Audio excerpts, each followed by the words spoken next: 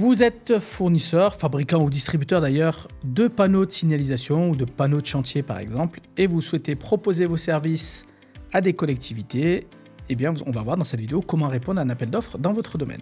Je me présente, je m'appelle Mohamed et j'ai créé le site akonia.fr et cette chaîne YouTube pour vous aider à répondre efficacement aux appels d'offres.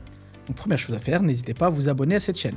Dans cette vidéo, on va voir comment répondre à un appel d'offres de fourniture de panneaux. La réponse que je vais vous faire est forcément généraliste. Chaque demande est particulière, donc il est important pour chaque marché auquel vous répondrez d'utiliser les éléments de cette vidéo, mais de les personnaliser par rapport aux exigences de l'acheteur, mais aussi aux caractéristiques de votre entreprise. Quand on veut répondre à un appel d'offres, il faut télécharger le dossier de consultation des entreprises et en réponse à ce dossier de consultation, on va fournir des documents dans un dossier de réponse. Ces documents sont de deux types. On va retrouver des pièces administratives qu'on va appeler les pièces de la candidature et de l'autre côté, les pièces de l'offre. Parmi les pièces de la candidature, on a le DC1 et le DC2 qui peuvent être remplacés par un DUM, ainsi que des attestations ou des certificats selon ce que demande l'acheteur dans le règlement de consultation. Ces pièces de la candidature correspondent à la partie formalité de la réponse à un appel d'offres et donc vont permettre à l'acheteur de valider que vous pouvez bien postuler au marché parce que vous avez les capacités nécessaires. De l'autre côté, les pièces de l'offre vont servir pour noter votre dossier et c'est pour ça qu'on fournit bien un acte d'engagement, une offre financière et un mémoire technique qui seront évalués par une commission. Et au final, c'est l'entreprise qui aura la meilleure note sur les différents critères de notation qui obtiendra le marché. Comme je présente en détail toute la partie candidature dans la formation 5 astuces pour monter des dossiers gagnants en une demi-journée, on va surtout insister dans cette vidéo sur le mémoire technique. Donc je vous invite à utiliser le lien qui est sous cette vidéo et qui vous permettra d'accéder gratuitement et librement à la formation qui est sur le site akonia.fr.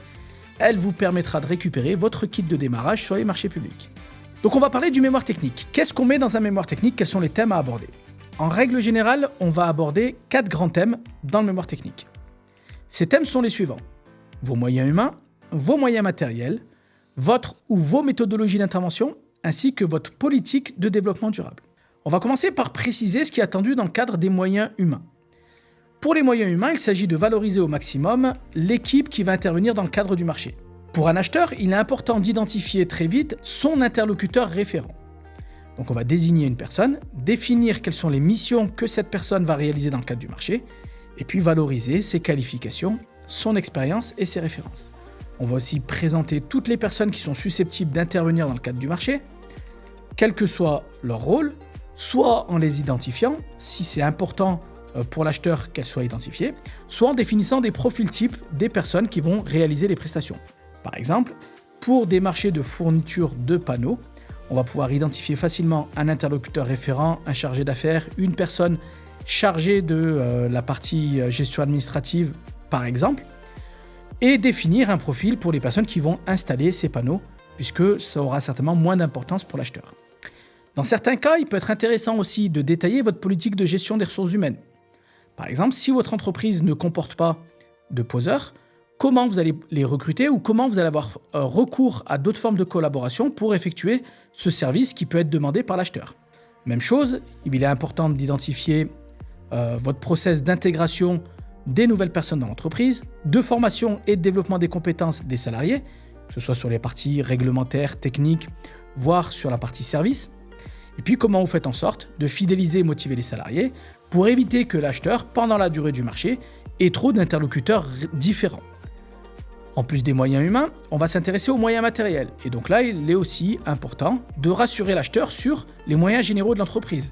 Vos locaux, bureaux, ateliers, entrepôts, les véhicules que vous pouvez utiliser, ainsi que votre parc informatique complet, à la fois au niveau matériel, PC, imprimante ou autre, et logiciel, à la fois pour réaliser les prestations, mais aussi pour gérer la relation avec les clients. Forcément, dans les moyens matériels, vous allez présenter les produits préconisés. Donc là, en fonction du cahier des charges et selon votre activité et ce qui est demandé par l'acheteur, vous allez présenter les éléments de signalisation permanente, temporaire ou spécifiques, au travers à la fois de leurs caractéristiques matérielles et techniques, mais aussi de leur performance, des fonctions complémentaires qu'ils peuvent remplir, de leur conformité, des services associés que vous pouvez proposer et de tous les atouts de ces produits sur le plan esthétique et d'image. C'est important d'avoir une vue très complète et ne pas se limiter qu'aux caractéristiques matérielles pour pouvoir valoriser encore une fois le contenu de votre offre. En termes de méthodologie de travail, ce qui est attendu, c'est notamment de présenter votre méthodologie de gestion des commandes. À partir du moment où l'acheteur va faire appel à vous pour un besoin, comment va-t-il vous adresser le bon de commande ? Par email, par téléphone, ou est-ce qu'il peut passer une commande via une plateforme internet ? Ce que vous allez mettre en œuvre pour traiter sa commande de manière qualitative, pour chacune des étapes qui s'en charge, comment, sous quel délai, afin de pouvoir lui garantir un délai global de livraison qui est satisfaisant. Et donc on va détailler de la passation de la commande jusqu'à la livraison, comment vous allez vous y prendre. Et là aussi, il faut valoriser au maximum votre approche et rassurer l'acheteur sur vos capacités. En plus de la méthodologie de gestion des commandes, vous serez certainement amené à présenter votre méthodologie de réalisation des services associés, que ce soit sur du dépannage, sur de l'installation. Ça va être aussi tout ce qui concerne la gestion des réclamations ou du SAV, l'éventuelle maintenance que vous pouvez assurer sur certains types de produits, les questions liées à la garantie, et puis votre gestion du stock. Pour un acheteur, c'est important aussi de travailler avec des structures qui ont du stock ou qui sont capables de constituer du stock dans des temps réduits, parce que souvent, ils peuvent avoir besoin de vos produits en cas d'urgence. Enfin, notre mémoire technique va aborder la question du développement durable.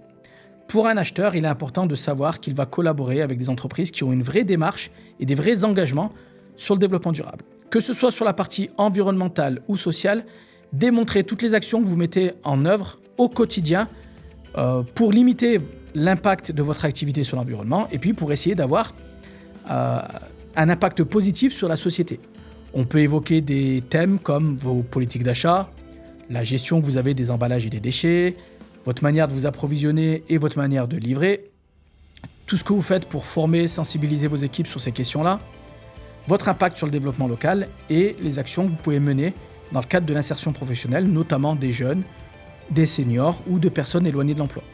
N'hésitez pas aussi à montrer que ces actions, vous allez pouvoir les mettre en place dans le cadre du marché et que même potentiellement, d'autres actions sont envisageables dans ce cadre-là. Voilà donc comment on répond à un appel d'offres de fourniture et de pose de panneaux de signalisation ou d'autres panneaux spécifiques. Si vous avez des questions sur cette vidéo, posez-les en commentaire pour que je puisse y répondre. Allez récupérer votre kit de démarrage sur les marchés publics sur le site akonia.fr en suivant la formation 5 astuces pour monter des dossiers gagnants en une demi-journée. Vous avez le lien sous cette vidéo. Si la vidéo vous a été utile, cliquez sur le bouton j'aime pour m'en informer. Et pour profiter de plus d'astuces et de conseils sur les appels d'offres et les marchés publics, abonnez-vous à cette chaîne et actionnez la cloche.